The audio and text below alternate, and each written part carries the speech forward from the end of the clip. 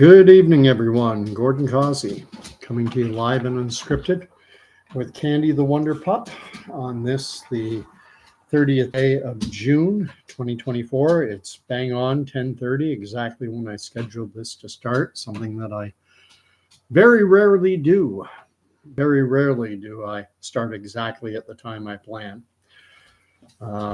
Candy has her treat. Tonight she's getting one. Yesterday I didn't give her one. I see I have someone watching. Let me get the live chat going. Come on up. There we go. All right. Good girl. I know this is all you want. All right, sit. Shake, shake, shake, shake back. Speak. Close enough. Show your face. There you go. And Candy has her treat. She's looked after. I have my coffee. If you wonder what the mug says, it says cappuccino. It's not cappuccino, though. It's just instant coffee. It's about all I drink. I was doing a video yesterday, and I told a couple of Biden jokes. I've got Daniel back from Montreal, a city. I'm going to be a little unkind. I love Montreal once I get there, but I hate driving to Montreal, and I hate driving around Montreal. It's great once you're there, but getting there and getting around that city, forget it. Bridges, it's all bridges and tunnels, and the traffic is insane. But Montreal's a beautiful city. I used to go years ago to a place called Eau de Pierrot. I'd be the only Anglophone in it. Bit of a nationalist, separatist haunt, and with great music.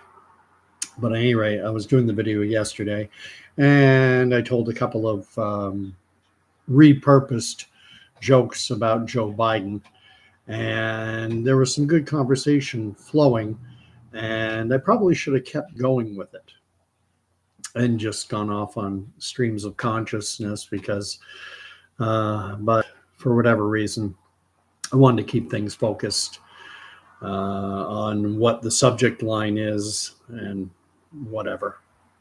That's neither here nor there. So tonight's video wanted to be more of an open grab bag.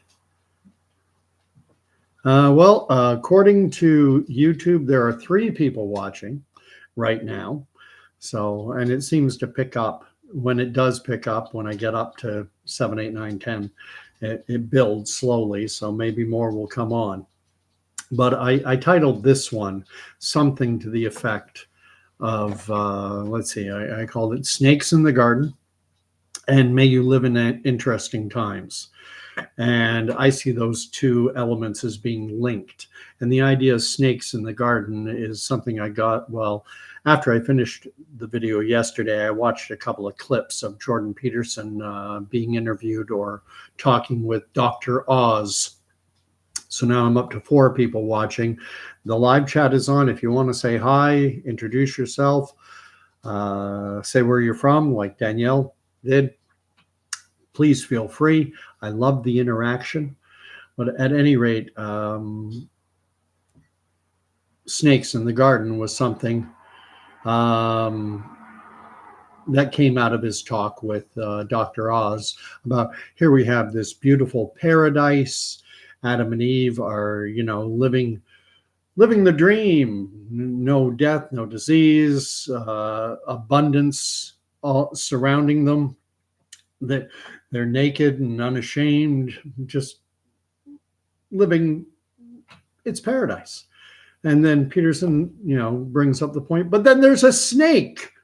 What's up with the snake? A snake in the garden. And I started to think about that because you have a lot of atheists, or those who rail against God.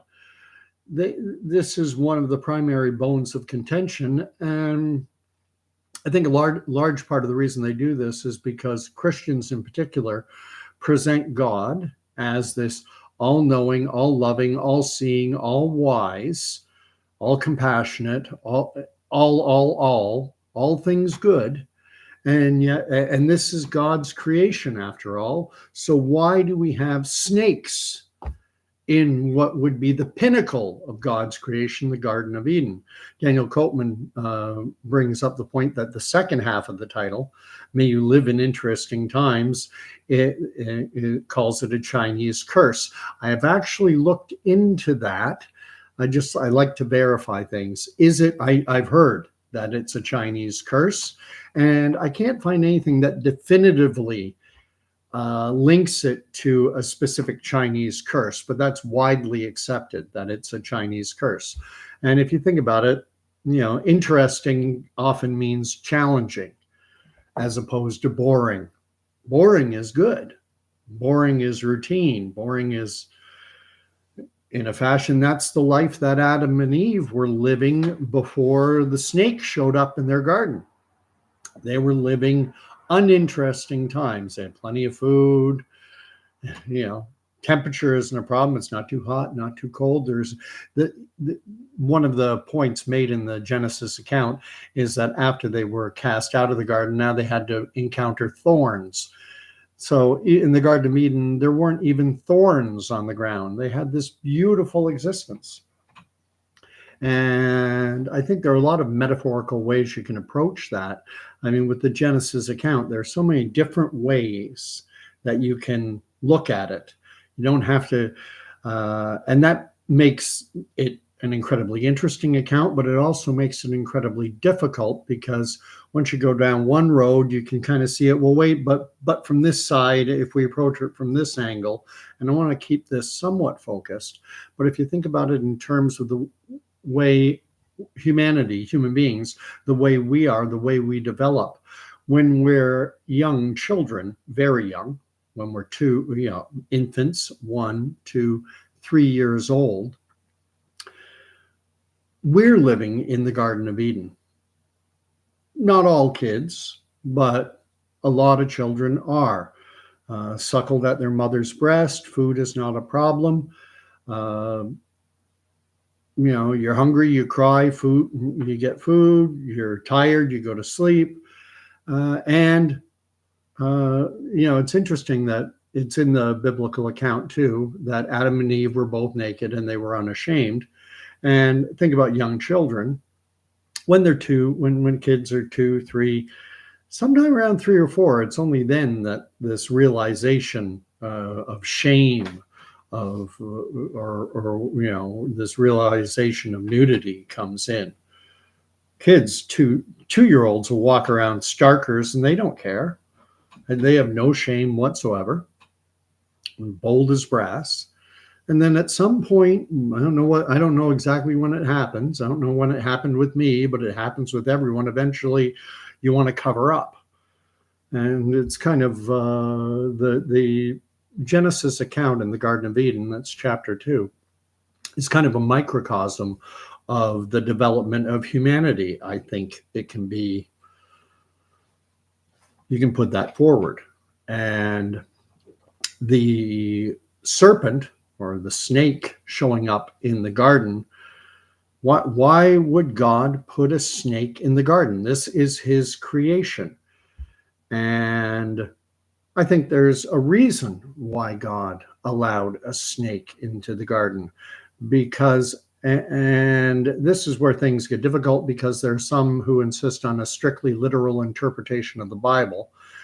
And I think there is validity. I think that, I think that's one valid way to look at it if you like, but I think you can miss a lot of deeper and more significant meaning if you only want to look at it through the lens of literal history.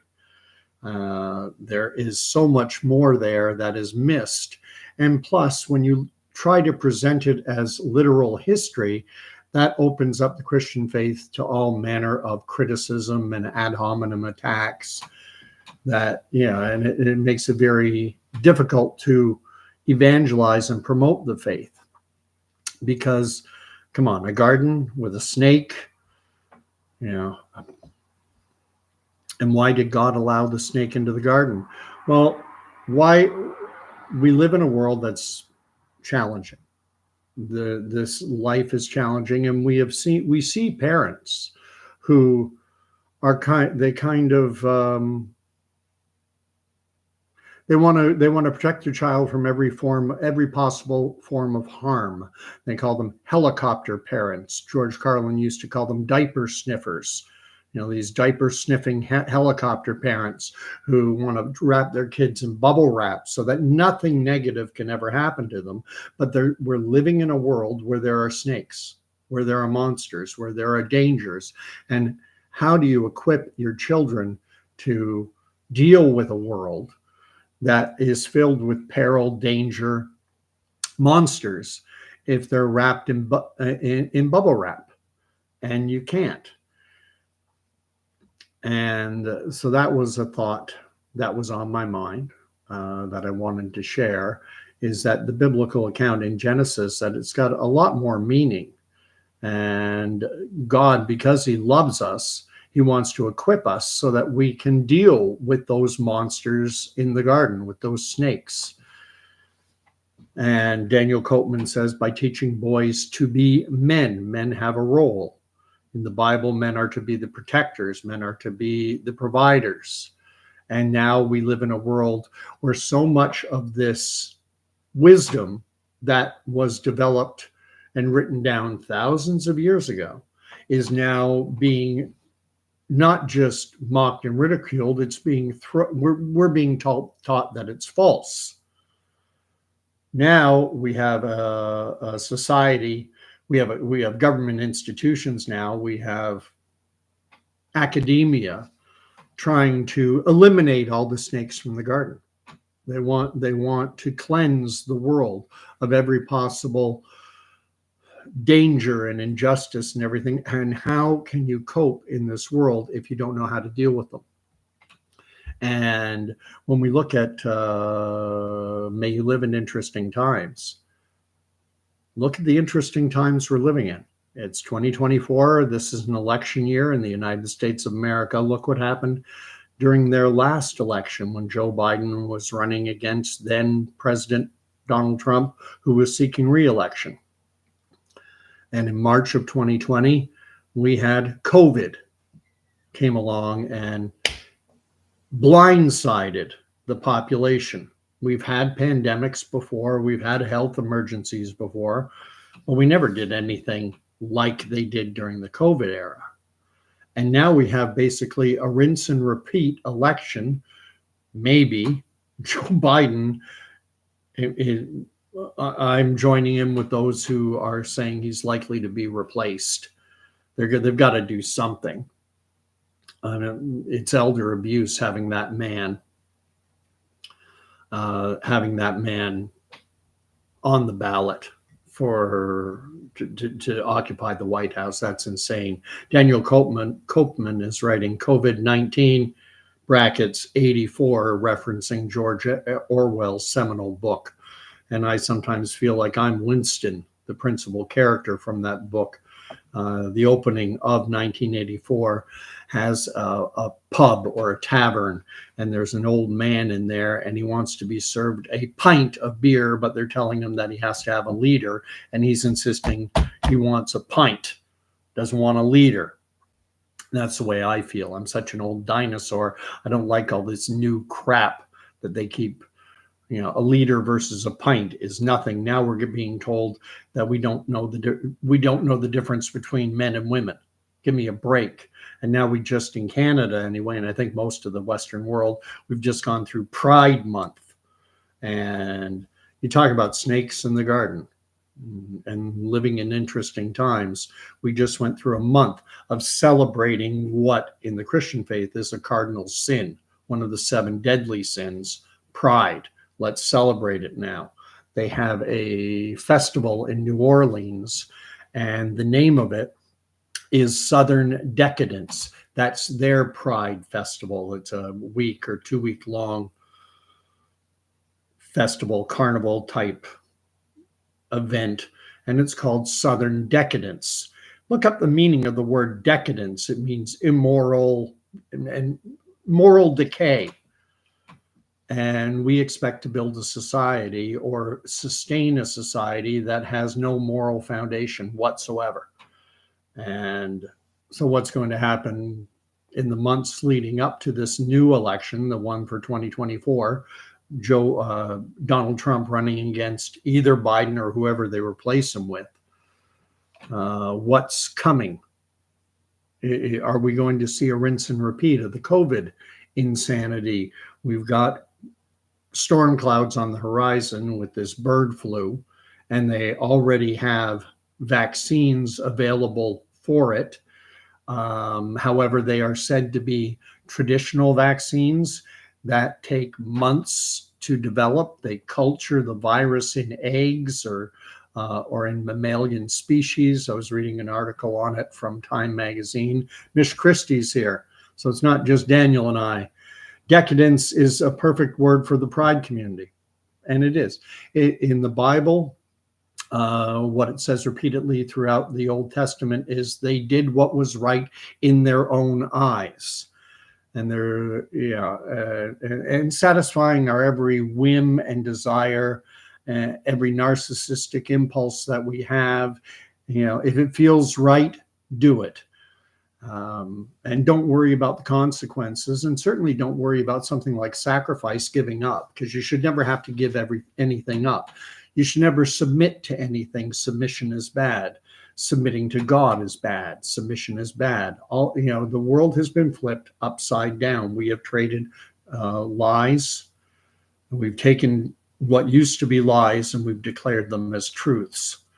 This world is nuts. I wrote down a couple notes. I'm just going to read what Daniel's saying. There is no morality left since they removed religion from schools. Fair point.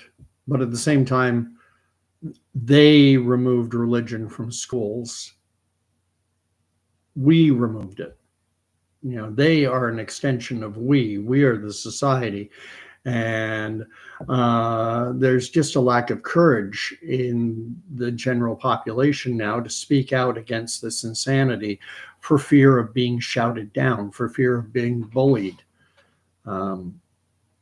There are a lot of people who recognize the insanity of this ze, their, they, them pronoun garbage, but they're afraid to speak out against it because it's so pervasive in the media, and the media kind of informs they think that the media is a representation of the world. What the media is doing, and I've said this many times, but I haven't said it for a while, is that media is there to program the population what to believe, what to think, and even how to feel about things. Got to catch up on what's being written. This is good.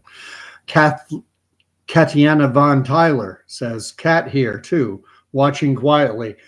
Appreciate you chiming in and saying hi, and do not feel shy about chiming in with any thoughts. And even if you think I'm wrong, that's okay too. Sharunian says, Canada Day tomorrow. Yes, you wrote that yesterday, and the way you wrote it, it didn't register. I was sitting there going, well, what's happening tomorrow in Canada? Yeah, it's Canada Day. That's our July 1st, 1867 is the date when Canada became a nation. That's when the Articles of Confederation were signed in a harbor in Charlottetown, Prince Edward Island. So 157 years ago, I think it is now. And Whale Oil Belief Hooked is watching quietly in BC also. I'm glad to have everyone on. Sharunian, yeah, 1.5 hours or 1 hour in the Eastern time zone, 1 hour and 10 minutes or 11 minutes until Canada Day is here. And I had my own little post on my Facebook timeline. I wrote, Canada Day now has an alternate name, End of Pride Nonsense Day. If you're in a parade, put on some clothes. And amazingly, it's been liked 80 plus times. It's had 80 plus reactions, and only one negative reaction from a girl I used to go to high school with who I know. And she's a really nice girl. She's an amazing young lady, although she's not young anymore. She's 2 or 3 years younger than me, but we were in high school at the same time. I know her older sister, and Annette, that's her name. And she's an amazing amazing person. But we disagree on this. And she is definitely all in on the woke liberal stuff. But that doesn't mean she's a bad person. It's just I would argue that she has been programmed to think the way she thinks, and to, if you don't use made up pronouns, and if you don't join someone else's circus, well, then you're a hateful person, and you're not inclusive, and you're intolerant. And they've put all these negative terms on individuals who push back against this nonsense: hateful, intolerant, and so, oh, I'm not hateful, I'm not intolerant. So people go along, they get bullied. And I'm here to tell you that the more of us speaking out against this, the better. And don't be don't be hateful about it, because gender confusion is a real thing. Kids sometimes think they were born, I should have been born, a boy will think he should have been born a girl, and a girl will think she should have been born a boy. That happens. It's always happened. It's nothing new. The only difference is that now we have puberty blocking dangerous pharmaceutical medication. We now have radical mutilating surgeries that can be performed, castrations and double mastectomies, and we can ensure that children have no life beyond their own because they're going to be sterilized. This is Joseph Mengele of the Nazi era stuff.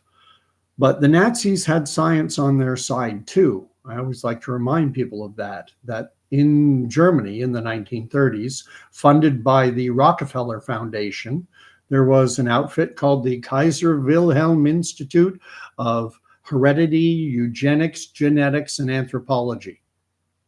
And so under the guise of science, they were able to promote evil.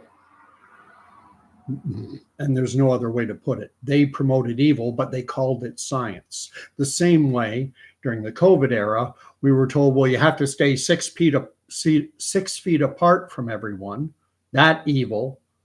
You cannot give your dying mother a hug in the hospital or the nursing home. That's evil. But that was done under the guise of, they said, but it's science.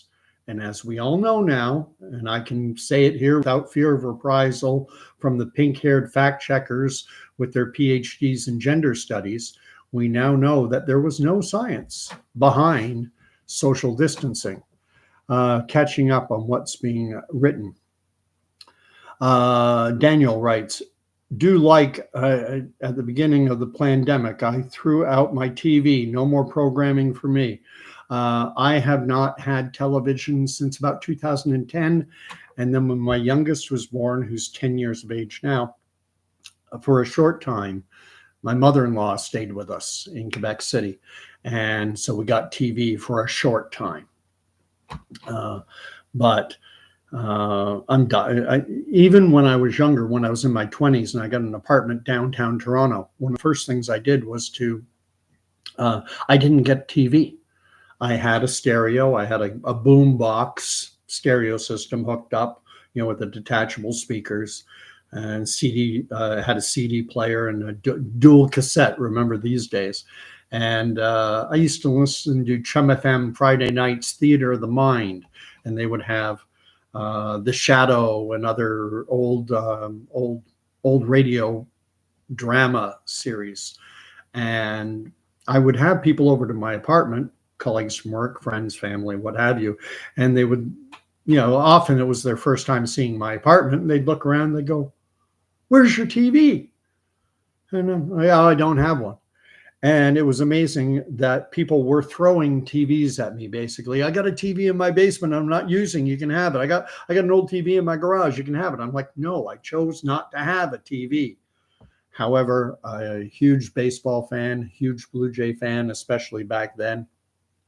And the Blue Jays made the playoffs one year, and I broke down. I went straight out and bought myself. It wasn't that I couldn't afford it. I went out and got a TV, called Rogers, and was hooked up within no time. Just going to keep catching up. Sharunian says, being prime minister and president is the last thing I want to do. It's a headache. No kidding. It makes me wonder what type of personality it is that would actually want to be a political leader and to be subjected to what they are subjected to. No matter what you do, you're going to be criticized from the other side of the aisle. Even if you're doing the greatest job in the world, you're going to be slammed. You're going to be, told you're destroying the country. You're going to be attacked no matter what. And it's just the way our system is set up. It's adversarial. And, we saw this with Donald Trump in spades, because even when he did good things, the media would not, because the media, being very left, did not want to give him credit for anything. He pulled troops out of Syria. He brought American troops home from Syria. And if Obama had brought troops home, if he'd repatriated American troops to American soil, they would have had parades and celebrated him and punted his name for a Nobel Peace Prize. But Donald Trump did it, and it was bad that he was bringing American troops home. And again, there's another point I had brought up before and spoken of often, is the fact that it was during the Trump administration where the Abraham Accords were signed, where Israel and the United Arab Emirates, Morocco, some Arab countries normalized, established formal relations. And this was a hugely positive thing. And they basically ignored it. And many people are of the belief at the time of the US election, when Joe Biden replaced Donald Trump, Israel was in negotiations with Saudi Arabia, which is a major player in the Middle East. But the Biden administration basically pulled the rug out on those talks and scuttled what could have been an even bigger, and maybe if these Abraham Accords had been extended to include Saudi Arabia, it's possible October 7th never happens. Gotta keep reading. Whale Oil Beef Hooked says, Canada Day means I get the day off. But I remember the 1967 Expo train. I was 1 year old when 1967, the centennial year for Canada, 1867, 1967. I was only 1 year of age, so I don't remember it. But we were living in New York City at the time, in Staten Island. And from what I understood, we went to Man and His World, the expo in Montreal. I don't remember it. I was a year old. But interestingly, that was how a centennial, 100 years. You don't get to live. Most people aren't going to see two of them, a centennial, a bicentennial, a tricentennial. So we were living in the US during the centennial year. Then we moved to New Jersey, and we were living in New Jersey in 71, 72, 73, 74, 75. And 1976 was the bicentennial year of the United States of America. So it's like, hey, we're going to be in the United States for the bicentennial. And then in October of 1975, my dad got transferred and we moved back to Canada. So in 1967, Canada's centennial year, we were living in the US. And in July 4th, 1976, America's bicentennial, we were living in Canada. Could never seem to win. Mish Christie, not wanting to join a cult is hateful. Yeah, you've got to join the woke left or you're a hater. Daniel Copeman brings up a point, scientism, and that's what's happened. We have a cult of scientism that exists in the world today. It has all the trappings of religion. Anthony Fauci was one of the high priests of this cult religion of scientism, and whatever he says is true on church doctrine. So when he said that you have to keep 6 feet apart, as a means to mitigate viral spread, and that this was a scientifically proven measure to reduce viral spread, You had to accept it. If you spoke out against it, you would be you're a heretic. Heresy is now rebranded as misinformation, disinformation. You're a heretic because you're contradicting the teachings of the high priest, Anthony Fauci, or Dr. Tedros with World Health. You know, the other one was masking. We still have idiots wearing their face diapers. And it's the middle of summer when the humidity in the air is quite high. And what happens is whatever you breathe out, respiratory droplets or whatever, they attach to the moisture in the air and they very quickly fall to the ground. Scientism. Sharunian brings up Nietzsche is a genius. Yes, Machiavelli, Nietzsche, these philosophers from years gone by have a lot of insight. You know, God is dead what did Nietzsche mean when he made that famous proclamation that God is dead? God is not dead. God is eternal. However, in the minds, God doesn't exist in the conscious thought of a large part of our population. They think everything just sprang out of nothing. They believe nothing created everything. And so you believe in nothing.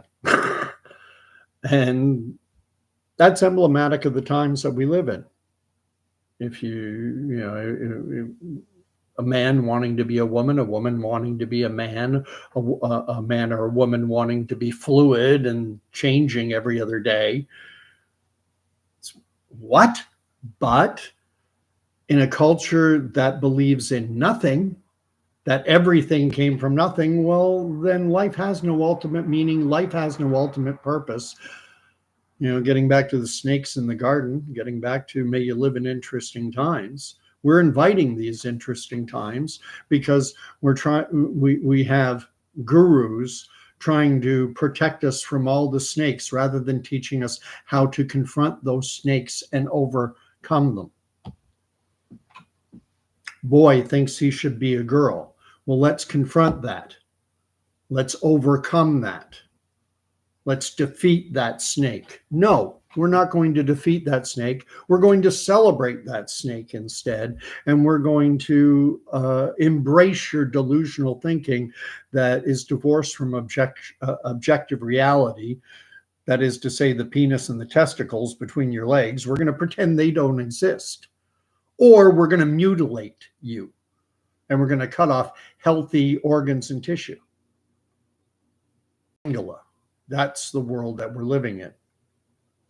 Whale Oil Beef Hooked wrote, in my opinion, the pronoun choice is intended to default out of the lawful rule of common law and into maritime law, property of the corporation without right. I don't know. I'm not a lawyer and I never studied law. I didn't take any legal courses. I don't know. I know my habeas from my corpus, but not much beyond that. And so I don't know much about the distinction between British common law and what you're calling maritime law. That might be something to look into. But Whale Oil Beef Hooked is saying corporate rights, property of the corporation without right. And I don't know exactly what whale oil means by that, but I have an idea perhaps. And it kind of ties in with my thesis statement about where I think this World Economic Forum, Great Reset, Fourth Industrial Revolution, the intended endpoint is it's a fascist system where the corporate world owns everything. The citizenry owns nothing. You'll own nothing and be happy. And government there just to hold the leash on the citizens, basically have us under 24/7, 365 surveillance, where they can identify you by biometrics, by your gait, and where privacy is gone. That's, and it sounds like whale oil beef. What he's writing there is kind of in that idea.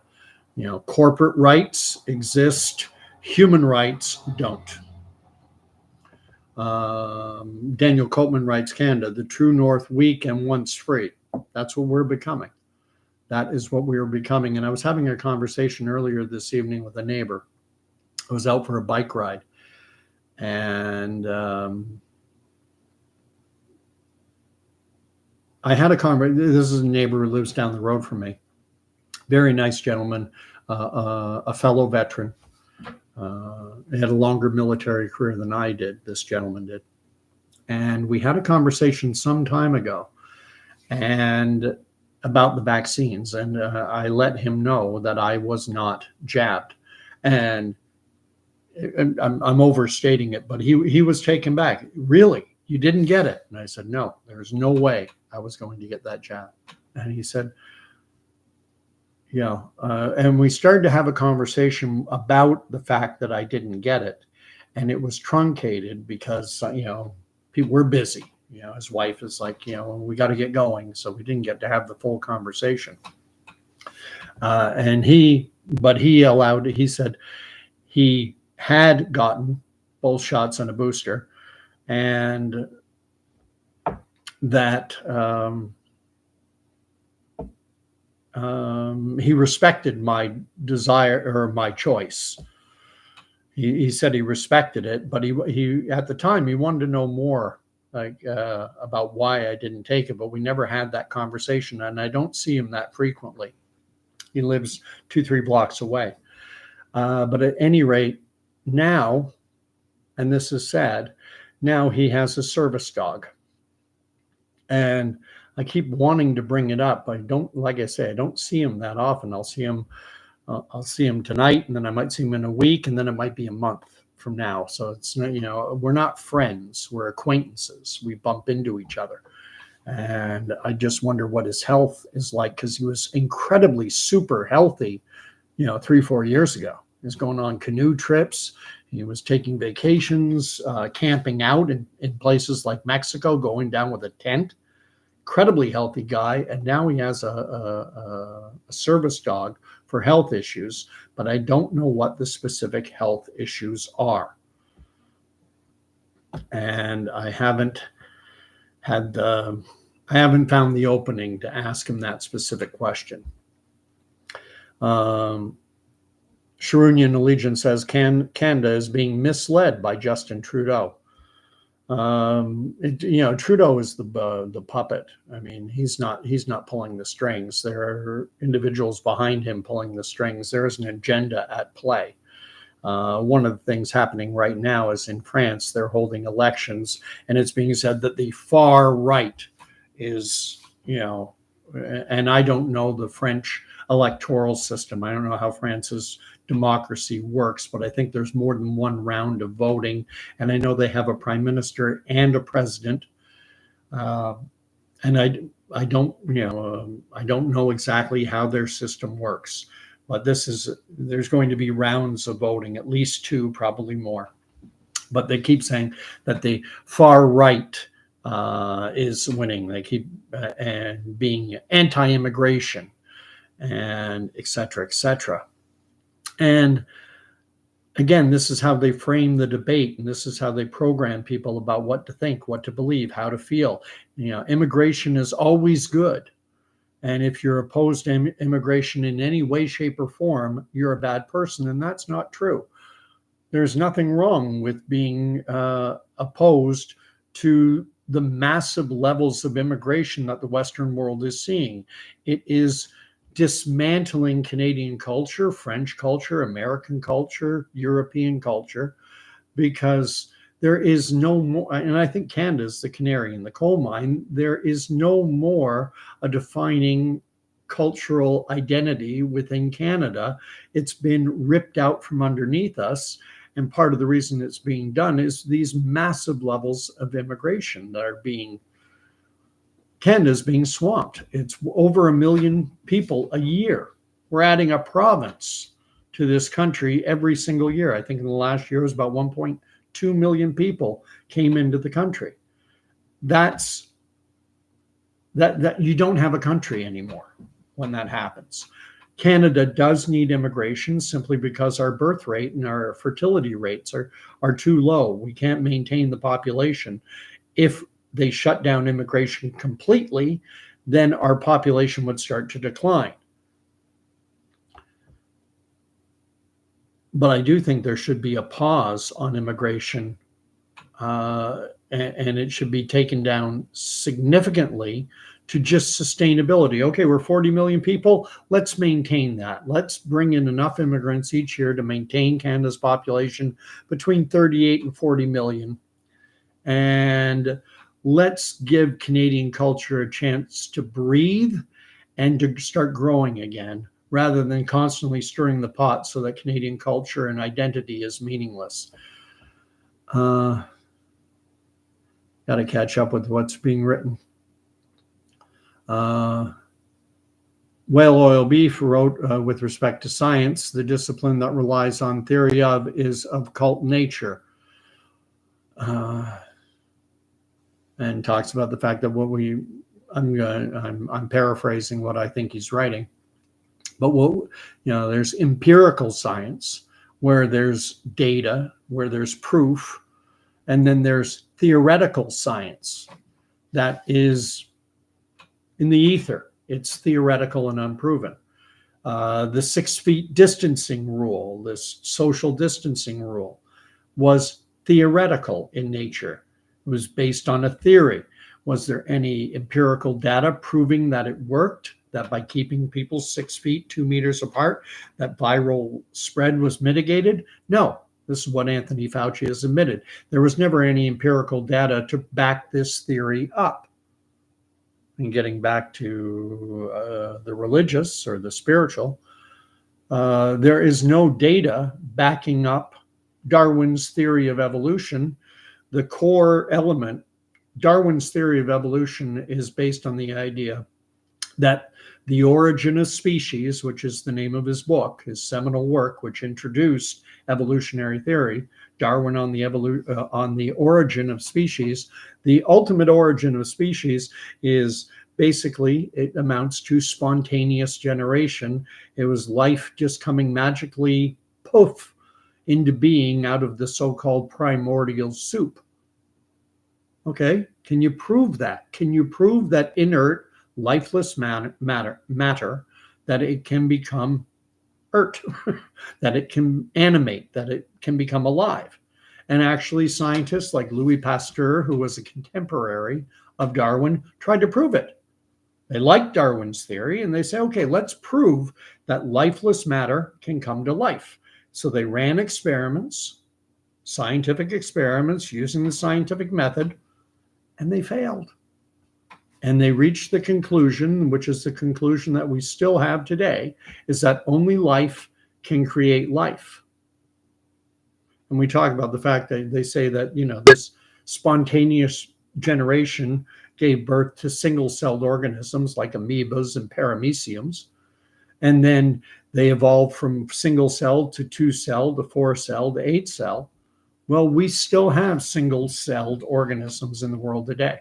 We still have amoebas, we still have parameciums, but we don't have any 2-celled organisms. We don't have any 4-celled organisms. Why the gap? Catching up. Mish Christie, they want to dehumanize us. I think you're probably talking about the masks. They want to dehumanize us in so many ways. And getting back to the title of this post, Snakes in the Garden, and may you live in interesting times.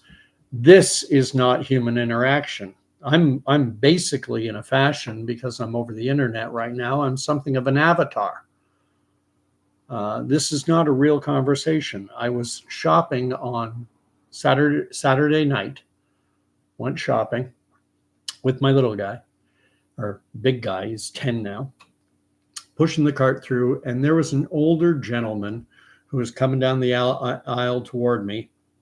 And he was a guy, he had his blinders on. He's an older gentleman, older than me. My guess would be probably somewhere in his 70s. Very much just undo his shopping, not talking, not looking. And I pointedly, he was so focused on, we almost hit carts. And he just mumbled, sorry or something like that. And I said, no worries. How are you doing today? And honestly, he looked up at me with genuine surprise. And he said, I'm doing very well. And I went, fantastic, that's good to hear, or something like that. And he went, thank you for asking. And I have conversations like this regularly with people who they've got their head down. And it occurred to me afterward, and those who know me, even on this video channel or in the real world, know I love to share the gospel. And I didn't with this gentleman. And it's a difficult thing to do in today's world because the gospel has been so trashed in the minds of the broader culture. We've been programmed to believe that anyone who professes Jesus Christ as Lord and Savior, that they're ignorant and, that they're uneducated.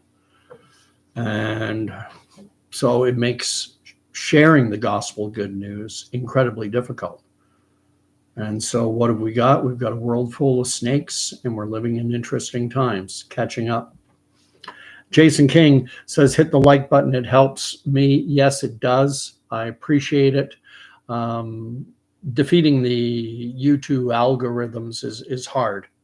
I've done reasonably well for a station like this with just, one guy in southeastern Ontario trying to inject my voice into the public discourse, trying to shake my fist at the cloud of so much of the insanity that's being rammed down our throats. That, thank you. I just got another one up to 9 now. And trying to offer love, hope, and encouragement to other people who are like-minded, who recognize the insanity of the times that we're living in. There's number 10. Thank you, Daniel, for mentioning that. Or sorry, Jason King was the one, but thank you regardless. Daniel Coltman says, Justin Trudeau, Chrystia Freeland, and over half of Trudeau's cabinet are students of the WEF, according to a direct quote by Klaus Schwab. Now, there's a number, and it's not just it's not just liberals. Jagmeet Singh is, all in on the WEF agenda. And it's so difficult to discern nowadays. I mean, if you look at the United States, just shifting gears quickly, and this thought that Joe Biden may be forced or to withdraw from running for president, and which in turn would force the Democratic Party to have to replace him with someone. And then who do they replace him with? Who's electable? Is Kamala Harris electable? I don't think so. Personally, she doesn't communicate well. She doesn't communicate well. Obama's politics aside, that man could communicate. That man has oratory skill. Bill Clinton, likewise, had oratory. He had both had degrees of charisma. Kamala Harris, no way. So the thoughts I've had are Michelle Obama, and someone said to me, "What about Gavin Newsom?" And that one scares me because Newsom, governor of the state of California, he likewise is a graduate of this World Economic Forum Young Leaders program. So Sharunian writes, make Canada India again.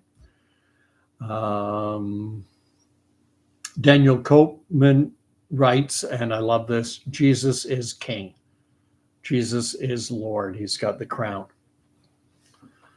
Yes, he is. And Canada, now part of the reason why you cannot proclaim, why I'm convinced at some point the Bible is going to be declared hate speech, because, male and female, he created them. We are created in God's image, male and female, binary, two genders. So is this going to be declared hate speech? A lot of people will say, well, no, things will never get that far. This is a common refrain you hear. Things will never get that far. If you had asked someone in the 1950s or 60s if they could envision naked men parading down the streets of Toronto with little children sitting on the curb, they would say, oh, things will never get that far. And yet here we are. And we are on a very slippery slope, and the incline is increasing, and it's being greased as we speak. There is a community that they refer to themselves as the MAP community, and MAP stands for minor attracted person. They're pedophiles. These are people who are sexually attracted to children, and they want their moral depravity, they want their criminal ideation, they want it normalized. And I didn't choose to be minor attracted. I didn't choose to be a pedophile. How many, now it's considered hateful if you don't use someone's preferred pronouns. In another few years, could a pedophile say, I don't like that term pedophile, that's a pejorative term. You must use my preferred designation, which is MAP. I'm minor attracted. Yeah. This is the world we're living in. Mish Christie writes, gruesome Newsom in relation to Gavin Newsom of California. I've also heard him referred to as Mussolini, play on Benito Mussolini. Mish Christie writes, in some states, they're bringing the Bible back into schools. That's one thing in the United States. There's been a large abandonment. Anyone with any money doesn't send their kids to the public school system by and large. They send them to what are typically often referred to as parochial schools, and these are often Christian schools, private Christian schools. And because in the United States, they have their Pledge of Allegiance. Every day you sing the Star Spangled Banner and you put your hand over your heart. And when I was growing up in the US in the 1970s, we said, I pledge allegiance to the flag of the United States of America and to the republic for which it stands, one nation under God, indivisible, with justice and liberty for all. Now it's, I pledge allegiance to the flag of the United States of America, one nation, indivisible, with justice and liberty for all. They've taken out the one nation under God. They took out the words under God. I said it grade 1, 2, 3, kindergarten, grade 1, 2, 3, 4, grade 6. So it's locked in my brain. I went for my security clearance because I had to get top secret or something. And CSIS, the guy, was interviewing me, and I was probably the 20th person he'd gone through that day. He was on autopilot, and he's asked me a bunch of questions, and I swear he was ticking the boxes before I even answered. And then he asked me, have you ever sworn allegiance or pledged fidelity to a foreign government or power? And I think he'd already ticked off no, and I went, yeah. And he stopped and he looked up and he said, wait, you have pledged fidelity or allegiance to a foreign government or power? And I said, yes. When? And I said, I told you, I spent almost 10 years growing up in the States. I went to grades 1, 2, 3, 4, 6 in the United States every day. In school, you say, I pledge allegiance to the flag of the United States of America and to the republic for which it stands. And he looked down and he went, that doesn't count. Fair enough. But I said I'd answer all the questions honestly, so I did. Franklin Turtle. Good name. I know the books. Obama and Mike should grab the wheel behind the curtain. They're already running the Biden show anyway. Godspeed indeed.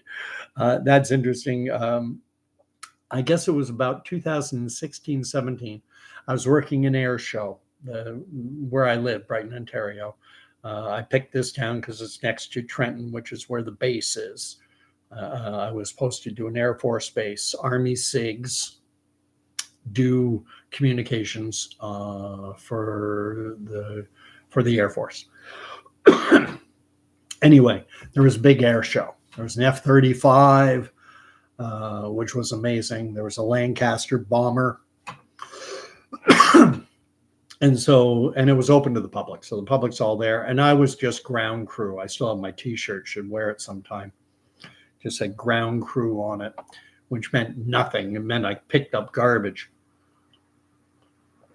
But at any rate, during this, I had an interaction with someone. And again, this is 2000. I posted in here 2015. Yeah, it was 2016, 2017 when the air show was. And someone hit me with that. They said, did you know that Obama's wife, that she's a man? And back then, I was like, oh really? He said, yeah, I saw it on the internet. And back then I was like, you saw it on the internet, did you? Okay. Didn't confront him on it. I definitely did not believe what this guy was saying. Now, fast forward, it's now 2024. You can go back to 2021, 2022, sometime around 2021, I came across that clip of Joan Rivers, famous comedian who'd been on Ed Sullivan, guest hosted The Tonight Show, Las Vegas. Joan Rivers, she had her own talk show for a while too. Joan Rivers was being interviewed by probably a citizen type journalist just walking down the road. And this guy asked her, he said, do you think America is ready for a gay president? And Joan Rivers, in her inimitable voice, she goes, oh, well, we already have it with Obama. And the interviewer said, what? Pardon? Obama? And she goes, oh, Michelle, everyone knows. Michelle's trans, and it's and she went, and it's okay. Everyone knows, it's all right. And that sent the eyebrows jumping off my head. What? And then it was within a month of that, a week or two, I don't know how long after that, she died under very mysterious circumstances, having very routine surgery, I think, on her vocal cords or something. There was someone in the operating room who shouldn't have been there. It's never been properly investigated, kind of like the Epstein suicide. And so now, and what's interesting is I can't find that video clip anymore on mainstream channels of Joan Rivers basically saying that Michelle Obama is trans. And I've seen the other stuff, but nothing would surprise me anymore. Nothing. And yeah, and we look at everything that's happened since that was around 2016, 17 that this guy told me about it. Now it's being so normalized for a guy to play dress up and pretend to be the gender that he is not. So anyway, I went off way on a different tangent.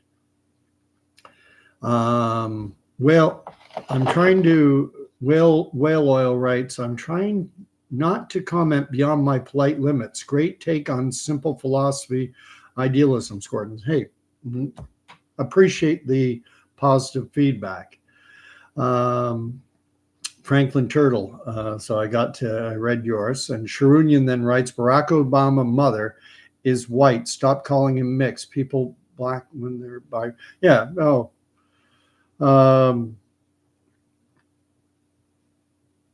Racism is stupidity.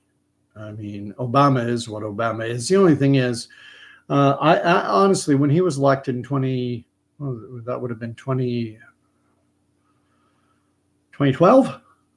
Yeah, 2008. 2008 was when he was first elected. And I viewed it as a positive thing in the sense that whether, yes, he's biracial or mulatto or whatever term you want to use. But if you look at the man, 9 out of 10 people would say, oh, okay, that's a Black American man. And, I do think it sends a positive message to people, and both white and black alike, to know that it doesn't matter whether how much melanin content is in your hand, is in your, in your skin, in your skin. Doesn't matter what your melanin content is. You can achieve anything, regardless. And in the case of Obama, you can sell out to the Rockefellers and the World Economic Forum types and the Klaus Schwab types, and you can become a puppet just like anyone else, just like George Bush or Bill Clinton, the Rhodes Foundation. Reading on. Daniel Copeman, when I was a kid in school, we sang O Canada and said the Our Father every morning likewise. And that was right through high school. And O Canada kept changing. As God Keep Our Land Glorious and Free wasn't part of the O Canada that I sang in 1975 when we moved back from New Jersey and spent a year and a bit living in Burlington. It was a different version. The lyrics keep switching.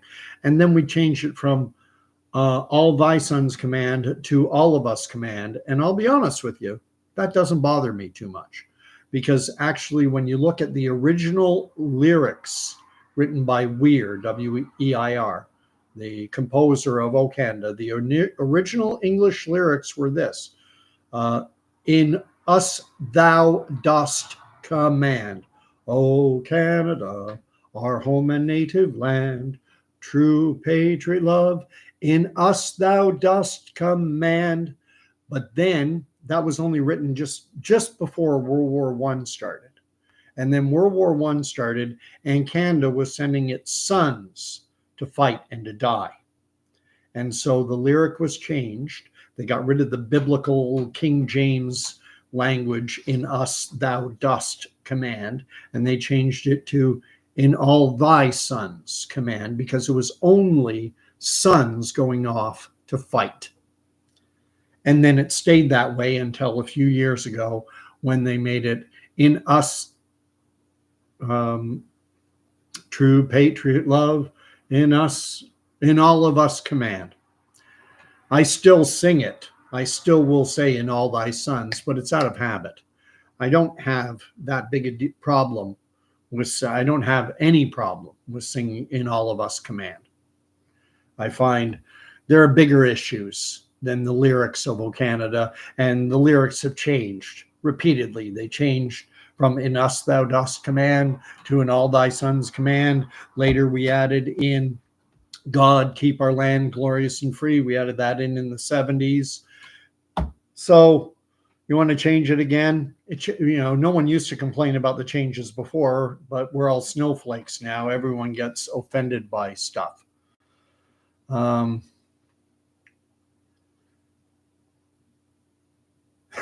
Daniel Copeman says there's a rumor that Justin may be our first gay PM. I actually think, personally, I think Justin's a bit of a womanizer. But maybe he's a bisexual womanizer. Who knows? Franklin Turtle says, check the clip on the Ellen Show. If that's the one where they do dancing, I've seen it. I went looking for the clip of Joan Rivers, and instead I found that a dancing clip on the Ellen DeGeneres Show. And again, this is, where I go. I'm not saying I believe it, but I don't discount it out of hand like I used to. And Daniel Copeman has a copy of the Joan Rivers video. A lot of people do. A lot of people have seen it. If you haven't seen it, Daniel, maybe Copeman, maybe you can, in the comments below, if it's publicly available on Rumble or Odyssey or one of these other channels, if you can put a link to it so others can see it if they watch this and say, what is he talking about? Joan Rivers? It went around widely. And what leads me to suspect further is the fact that it's kind of being erased, going down, getting back to Orwell's 1984. It's going down the memory hole. Franklin Turtle writes, the first transgender president. Sharunian writes, Barack Obama father was Kenyan, that's correct, and mother was white, so he had no lineage to Black Americans. True enough. True enough. Actually, and on his mother's side of the family, he was actually Irish. He had a grandparent going back 3 or 4 generations who was Irish from, I'm trying to remember the name of the town. Donegal or something like that. My Irish accent needs work. Got a wee hard ends for a tanner. There we go. There's my Irish accent. Whale Oil writes, in my 1960s elementary government regular school, every morning we had to line up in the hall and sing "O Canada" and the Lord's Prayer after it. I think that was a common experience for many of us.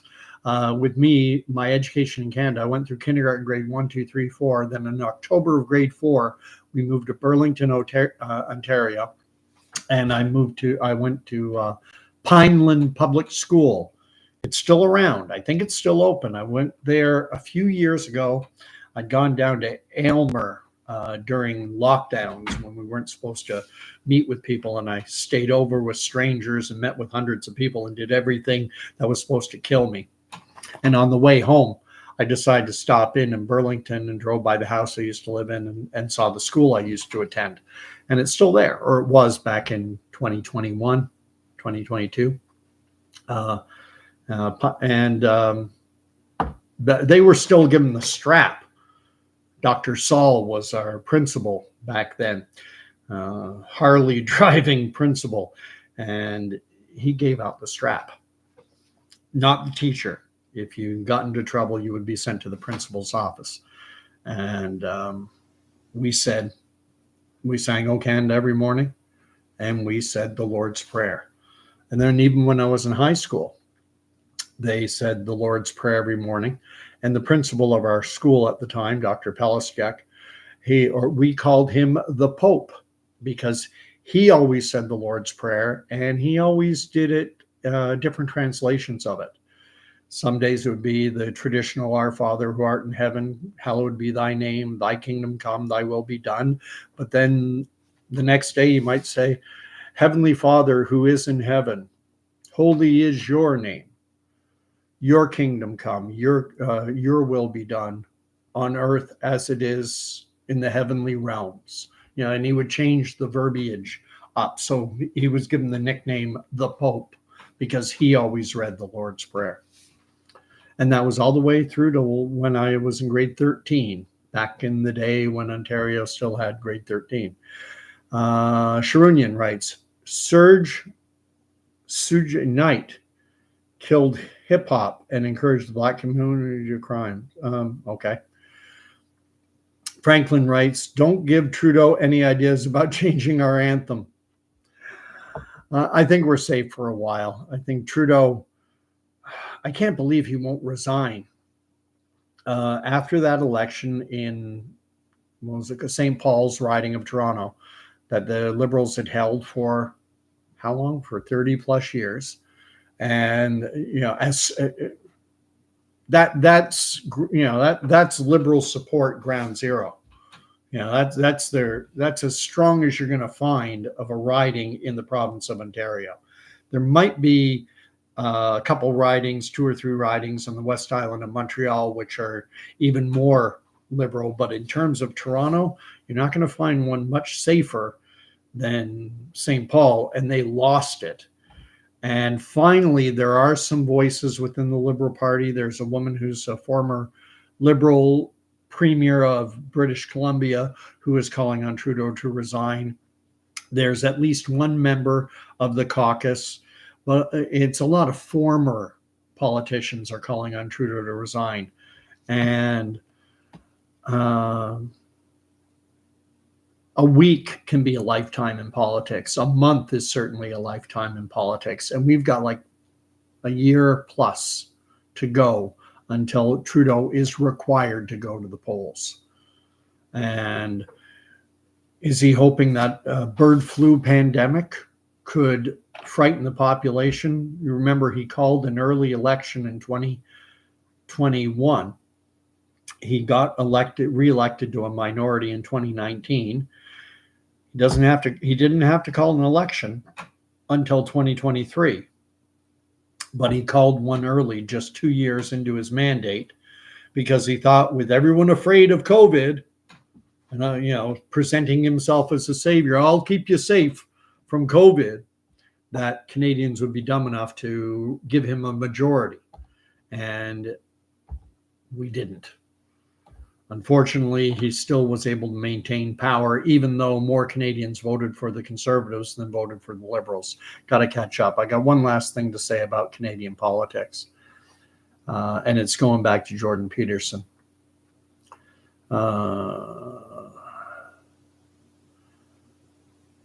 Franklin writes, "We did God save the Queen." Oh, okay. So you're before 1967. God save our gracious land. It's funny. I grew up I spent so many years growing up in the U.S. I didn't encounter God save the Queen until 1975. And we, as part of the opening exercises in the U.S., after saying the Pledge of Allegiance, we would sing, "My country, 'tis of thee, sweet land of liberty, of thee I sing.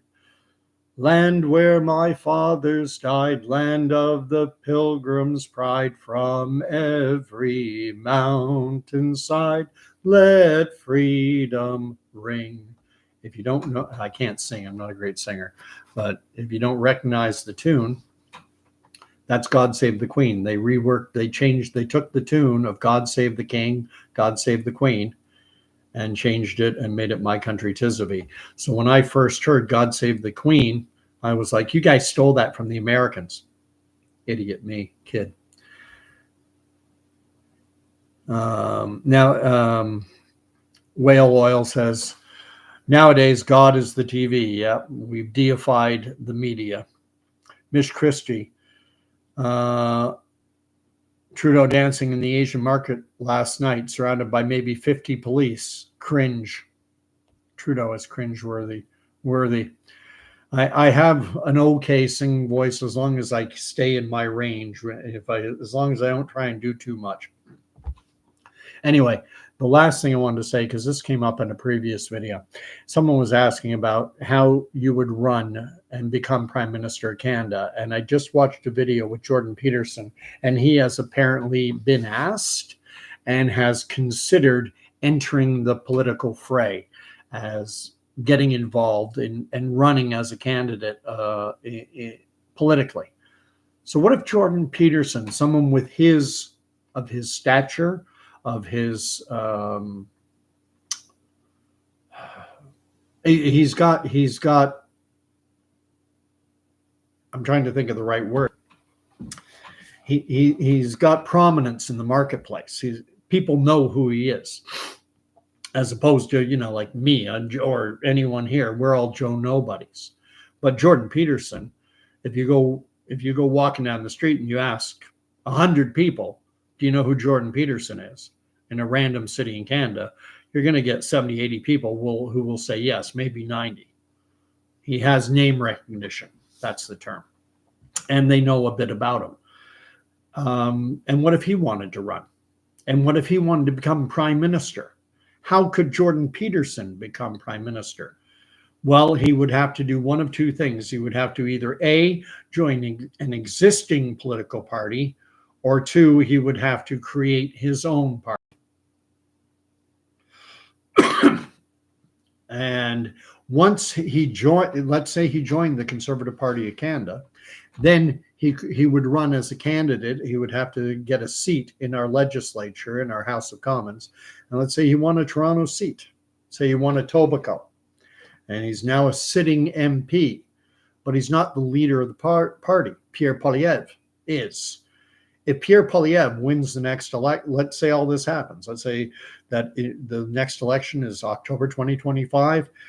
Jordan Peterson becomes a candidate in Etobicoke, or some riding in Canada, some riding maybe. I think Jordan Peterson actually lives in the West End of Montreal. Let's say he runs, and he gets elected as a conservative member under Pierre Poilievre. Well, then Pierre Poilievre becomes the prime minister if the conservatives win the most seats, and then Jordan Peterson could be given a seat at the cabinet table. But Jordan Peterson could not become prime minister of Canada unless Pierre Poilievre stepped down. And then Jordan Peterson would have to run for the leadership of the Conservative Party and would have to defeat anyone he was running against. And the only people who would be able to vote are card-carrying members of the Conservative Party of Canada. Another way, he could join the PPC party and run as a candidate for the PPC, but he would never get to be prime minister unless the PPC were able to elect the most seats in the House of Commons. So it's incredibly difficult for someone from the outside the political sphere to crash the political system and become prime minister. In the United States, Donald Trump more or less did that.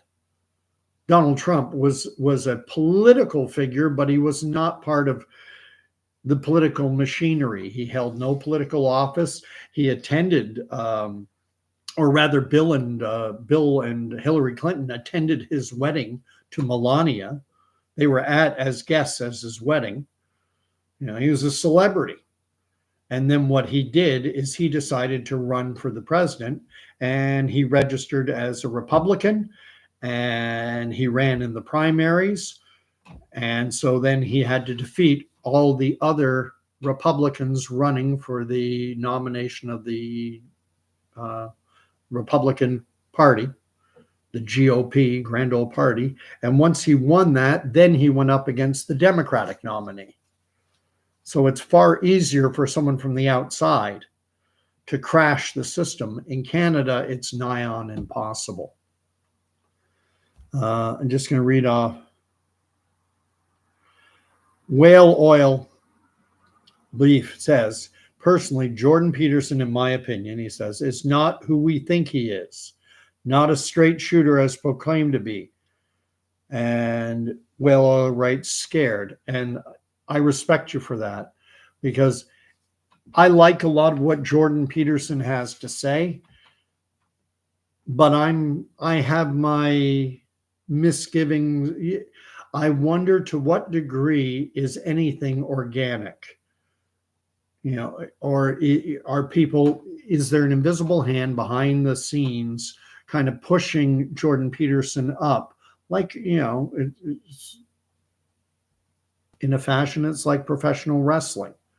You know, who decides who gets to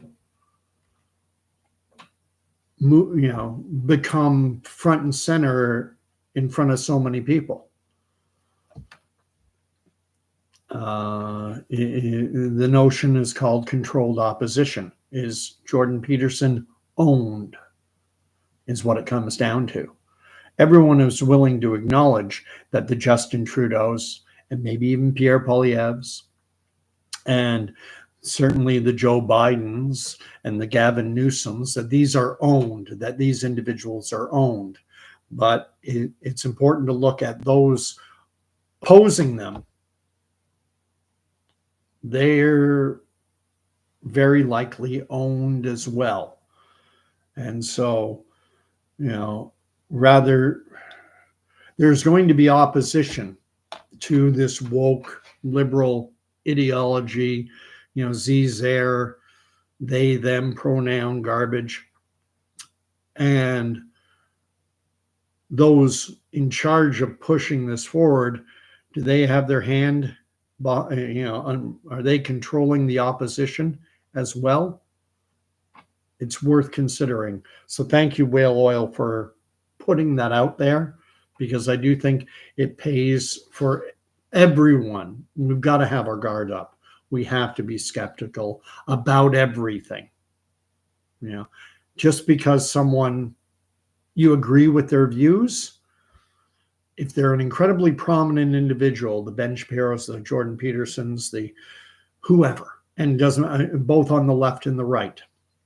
Anyway, going on. Sharunian Allegiance writes, Nicki Minaj is very smart woman, though fame has changed her life. I think there, to a degree, for anyone like a Nicki Minaj, when we get into the entertainment industry, or the Jordan, these celebrity personalities, I wonder to what degree they have to sell out. There was an interview, Ed Bradley of 60 Minutes interviewed Bob Dylan. And Bob Dylan basically said what amounted to, I sold my soul, is what Bob Dylan seemed to be saying during that interview. You can find it here on YouTube. I paid the price, or I paid the price. I got to dance. I forget exactly how he worded it, but there's no difficulty. The expression "selling your soul to the devil" will come immediately to mind if you watch that exchange between Ed Bradley of 60 Minutes and Bob Dylan. I think Bob Dylan was probably celebrating a 75th birthday or something.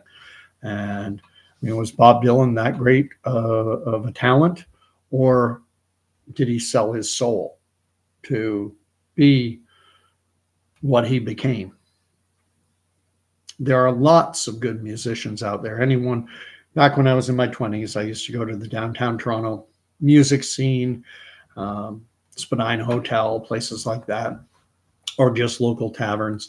And the talent that individuals have, and I'm talking people performing their own music, is as good as anything you hear on the radio, or would hear on the radio. No one listens to the radio anymore. But the talent out there is unreal. Why do some make it and some don't? I think there is an invisible hand pushing a lot of this. Invisible hand is an old term from Adam Smith, but getting back.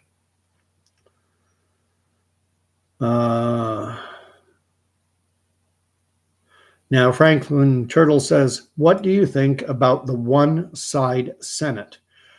Trudeau's legacy will block bills for any future government. Well, I've never heard it referred to as one-side Senate, but what happens, the way our Senate works is it's appointed, and I think you're appointed until 75 years of age, and then you have to quit. It used to be for life. And so I know that what happened during the free trade era, when Brian Mulroney's government negotiated the first free trade agreement with the United States, and the Liberal-dominated Senate held it up, and they refused to ratify it. They refused to approve it because Mulroney had not gone to the electorate. During the election, when Mulroney won his first majority, he had been asked during the campaign if he would consider pursuing a free trade agreement with the United States, and he said no, he would never do that. And then once he got elected, he did it, and he tried to ram it through. But the Canadian Senate, which was dominated by the Liberals, refused to pass the legislation. And it's a three-step process, broadly speaking. The House of Commons has to pass it, the Senate has to pass it, and then the Governor General has to sign it. Well, that forced Brian Mulroney to call an election, and he won the election, won another majority, and then the Senate, the Liberal-dominated Senate, passed it. Can the Canadian Senate hold up legislation on a partisan basis? Could the Conservatives come in and try and pass legislation, and then the Liberals block the legislation in the Senate? They could, but there is not a history of it happening, except in that one case. And beyond that, Pierre Poilievre, as PM, would have the ability to extend and expand the Senate and appoint more senators so that the Conservatives would have numerical superiority in the so-called red chamber. So it's not anything, I think, I don't think it's anything we have to be overly concerned about. So that answers, I don't think they would block any future Franklin, any conservative legislation.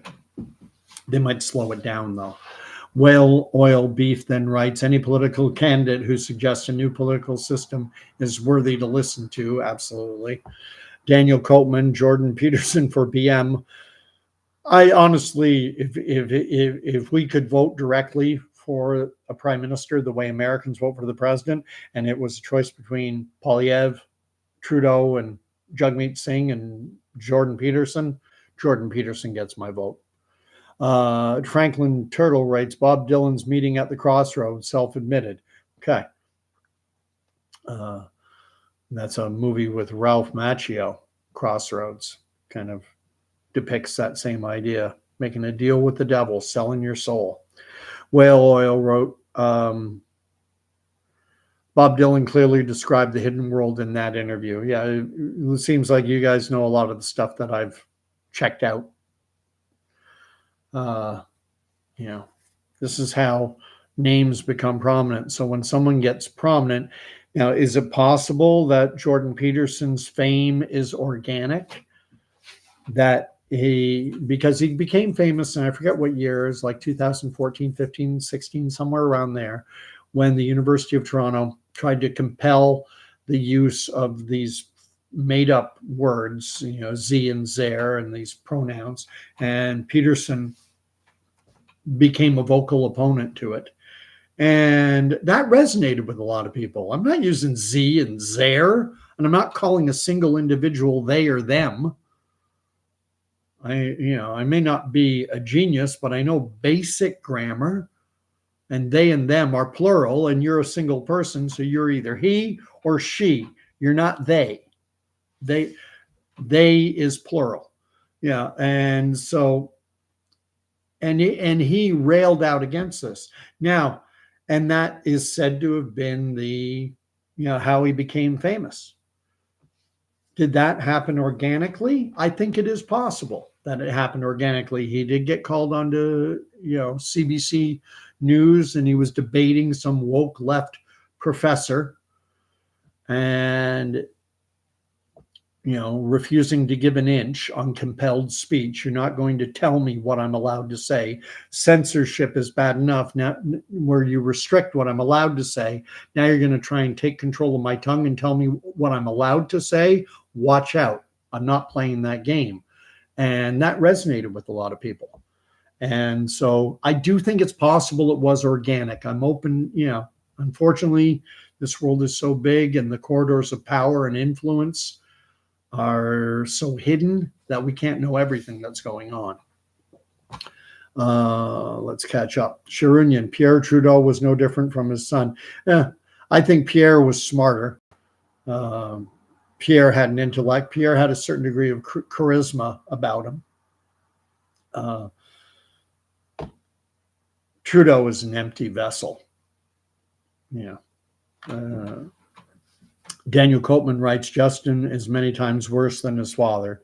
Daniel agrees with me that his father was smart. Justin is dumber than a sack of hammers. I always say doorknobs because Trudeau is a doorknob. Justin is a doorknob. I was voting conservative back then. But Pierre Trudeau, he had charisma. He's like a Barack Obama. He's like a Canadian version somewhat of Barack Obama. And he had a certain arrogant flair to him. He was campaigning in one election, and I think he was out in Manitoba, and the bus was going by, and a bunch of people were protesting, and Trudeau gave him the bird.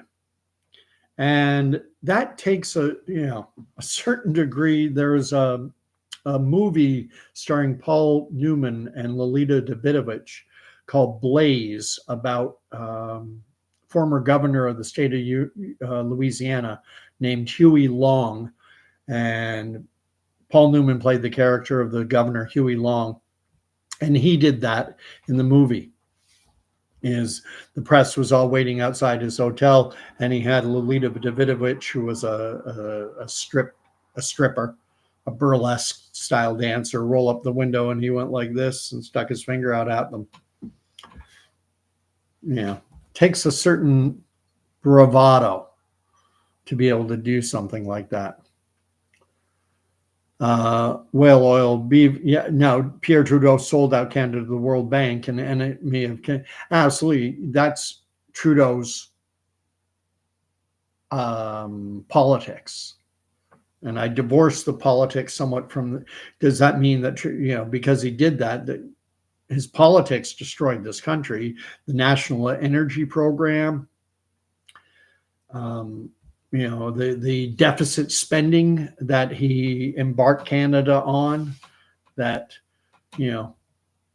now I think it's damn near the largest department in. It's not a department, but if we had a ministry of interest on the debt, I think that would be the biggest ministry. I think we spend more on interest on the debt than we do on defense, than we do on education, than we do on health. Maybe not healthcare, but I think it would be the second biggest department in government is just interest on the debt. The billions of dollars that we would have if there was no national debt, and that is a legacy of Pierre Elliott Trudeau that he embarked us on. Anyway, Justin, amen, Daniel Copeman.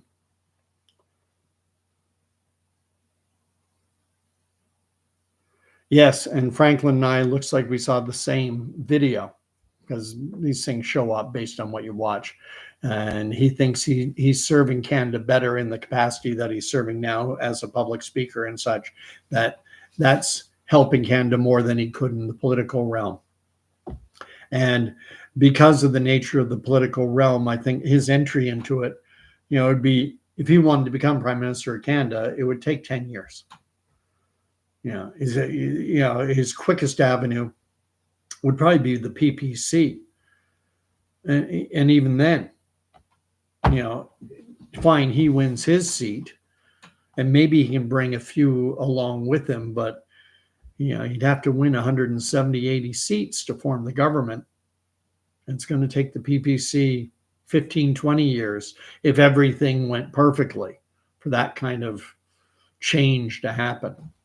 And so you got to be realistically, Peterson really, he would fade out of the public consciousness if he went and ran and became an MP for Pierre Poilievre, and even more if he ran for the PPC. Anyway, Whale says, Happy Canada Day, Daniel Copeman. Everyone's wrapping it up with Happy Canada Day. So I'm going to wrap it up with Happy Canada Day. Thank you, everyone, for watching. Snakes in the garden. May you live in interesting times. These are interesting times. There are lots of snakes. We got to get out. We got to fight them. We've got to confront them. There's a passage in the Bible, I think it's in Numbers, I might be wrong, where the Israelites are wandering in the desert, part of their 40-year wandering, and snakes are biting them. And so they go to Moses and they go, we're getting bitten by these snakes. Can you call God? Can you go to God and tell him to call off the snakes? So Moses goes into the tent of meeting. He meets with the Lord and he asks the Lord to take away the snakes. And the Lord says to fashion a snake out of bronze, out of metal, and then to put it up onto a pole and to have the people look at the snake. And that way they'll conquer the snakes. You have to face that which you're afraid of. You have to face your enemies. You have to face the snakes in the garden. And that's what we have to do. Use your voice, talk, yell, scream. Don't put up with the nonsense.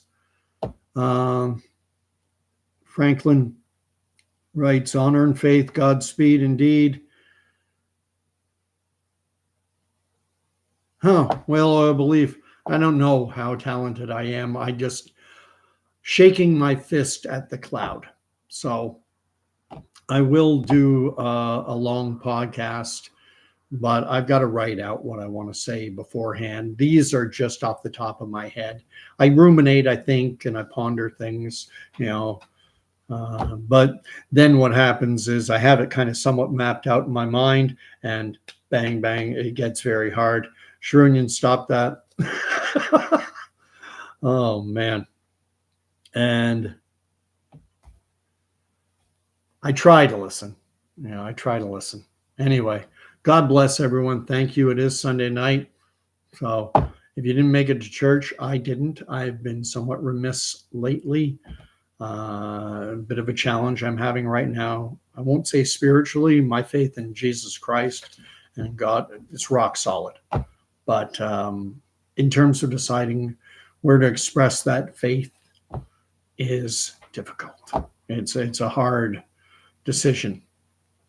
And, you know, the simple fact of the matter is all churches are failed human institutions. So I'm never going to find a perfect church. But anyway, may the Lord bless and keep you, and may the Lord make his face to shine upon you. And have a great week. God bless.